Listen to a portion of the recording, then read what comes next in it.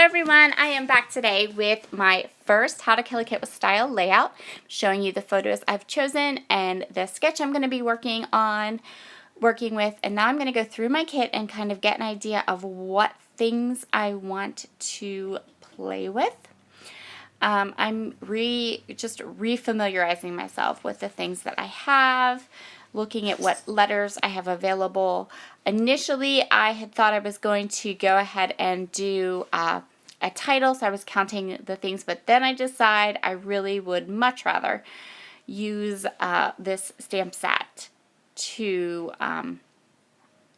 create with my layout. So I'm going to let that stamp set aside. And I'm just going to continue to go through here, looking at stamps and stencils, getting ideas, deciding, what elements of the kit I'm going to use with my photos today and which ones I'm not.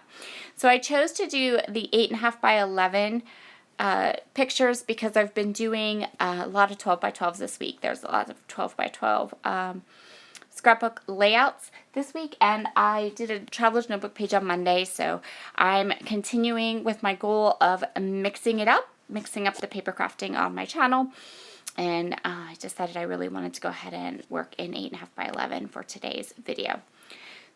So I have a pretty good idea of what I want to use paper-wise, but I'm going to go ahead and kind of flip through it. I'm going to use some of the basic gray paper, one of the sheets specifically, that one.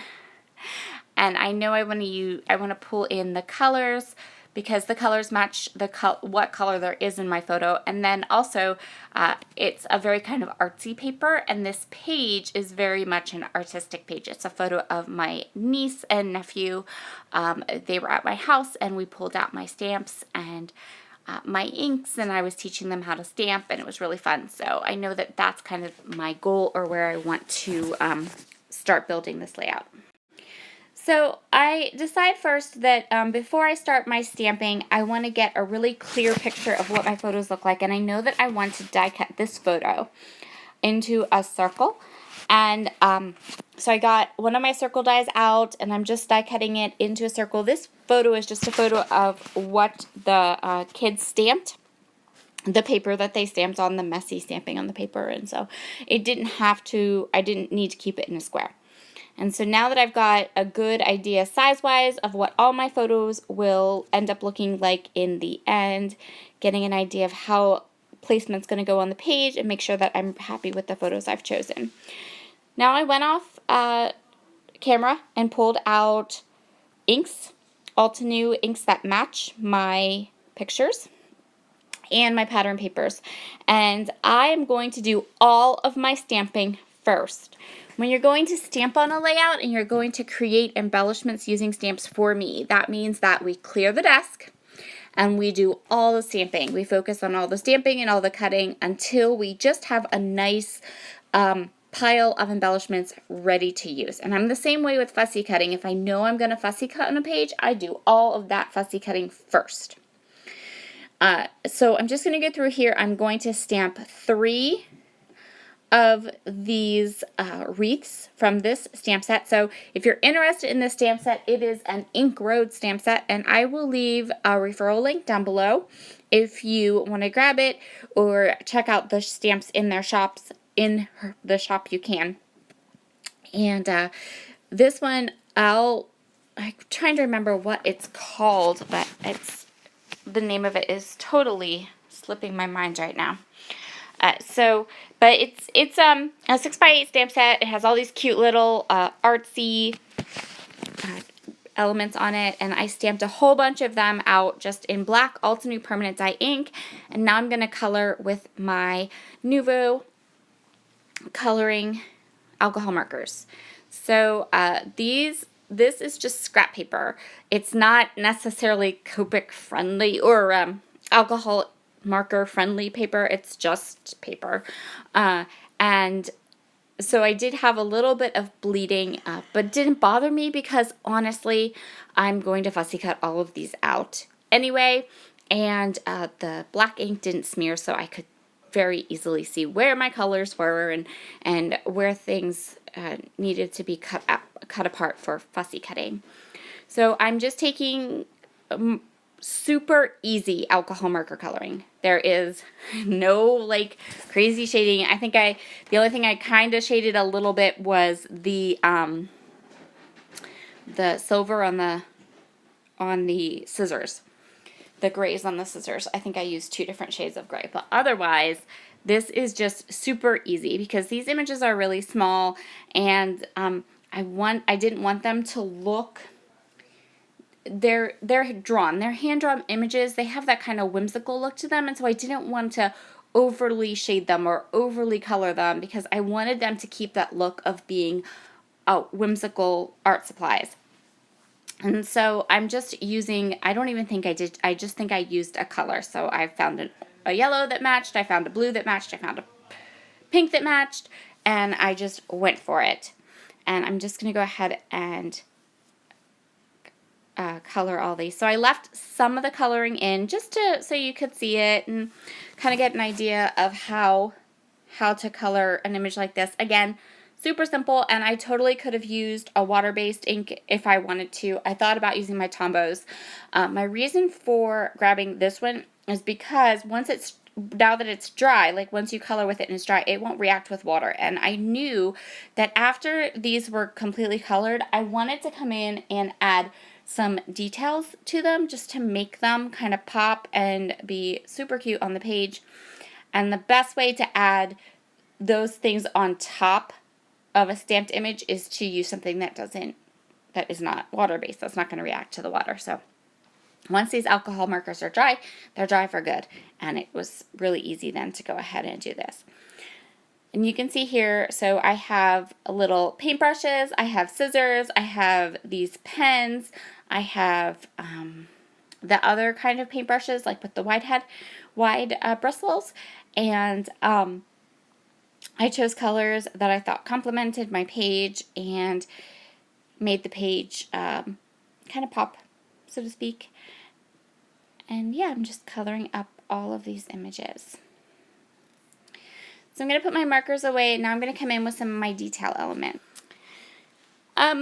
So the scissors are going to get some white details using white Jelly Roll pen. This is kind of like my favorite white pen right now. It's literally a Jelly Roll pen. It's a 8. The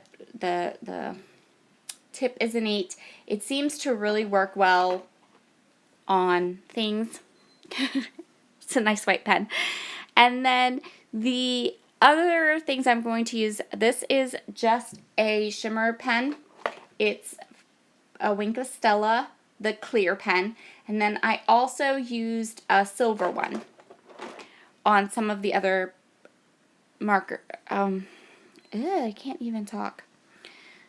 So here I'm just adding some more details, a glaze pen, and some other things to give the embellishments a bit more zhuzh. So now I'm showing you all the different things I have to create my layout with.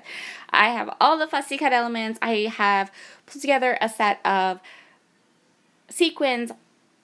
Off camera, I went ahead and I stamped and die cut with a stitched rectangle die 2 elements that are going to become my titling elements.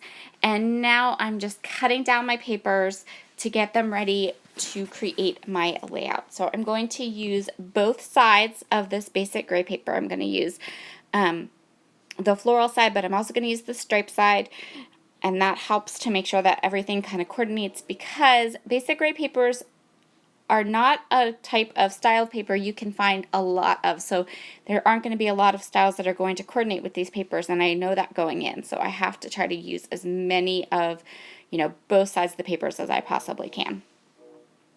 So I'm just showing you here the elements. I'm going to move this around. Those are those titling elements. I think I already showed everything on camera. I'm not sure why I showed everything again. But I'm laying everything out. And you can see here a little bit of stamping, a little bit of white cardstock, and I have literally like a buffet of embellishments that perfectly match my layout, my papers that I've chosen, and I can really easily then put this layout together. I have my sketch off to the side. I I did veer away from it, but not by much. I think for the most part, I did pretty good at kind of sticking with it. I moved the titling around. I moved the journaling around. I reimagined some of the elements as being different, and I definitely think that I added a bit more embellishments to the clusters and different things like that. But for the most part, the basic idea of the sketch, I kept to that. So you can see here I have my different patterns. I'm going to start with this collection off on the left side and get those papers all in. There were quite a lot of paper layers on this layout, which worked out really nicely, both with regards to my kit and with regards to creating this layout. So this is one of the things I definitely did change. I'm going to use these little wreaths as almost like a mat for my circle photo, as opposed to having it go around my photo, which I did think about. You may have saw me kind of size it up, but I wasn't happy with how small the photo would be then. I'm sorry if I seem a little tongue-tied today. I'm not sure what's going on. I've had a couple days where I haven't been feeling the best, and this is the first voiceover I've done in a while, and I feel like I kind of lost my voiceover mojo or something. I don't know. I feel like I'm stumbling over everything I have to say, so I apologize for that. These are these little tabs. I stamped 2 of the fun little sentiments, and then I die cut them. These were part of my kit too, the little tab stamps, and then the coordinating dies are from Kathy Zilski. You can get them at Simon Says Stamp if you are interested. Now, this is where I'm going to kind of really flip up how I'm going to change this layout design. I'm going to use these 2 die cut cards. The purple one is going to be my title, Creative Freedom, and then this one that says I am creative, I'm actually going to take the white space around that. I'm going to draw some lines, and I'm going to add my journaling and the title and the date onto that card, kind of around the stamped part. And you can see there how I have the journaling kind of above and below that part that says I am creative. Now I'm going to go through and I am just going to cluster up all of these little embellishments. I didn't leave all of this part in simply because my video was getting a bit long, and I thought you guys might enjoy seeing just the quick coloring and how I put the embellishments together a little bit more than this part where I kind of am just sticking and plunking and clustering them together. And then you can see here how the layout came together. I added lots of sequins. I put some foam tape on top of some of the elements on my page.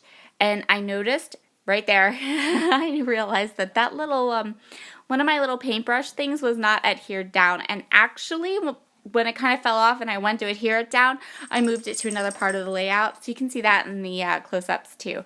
But yeah, this is my layout. I'm super happy with it. I'm so glad that I put together that kit the way that I did and dedicated a day to working with it, because I just think that that is going to help me so much more to be able to completely kill this kit.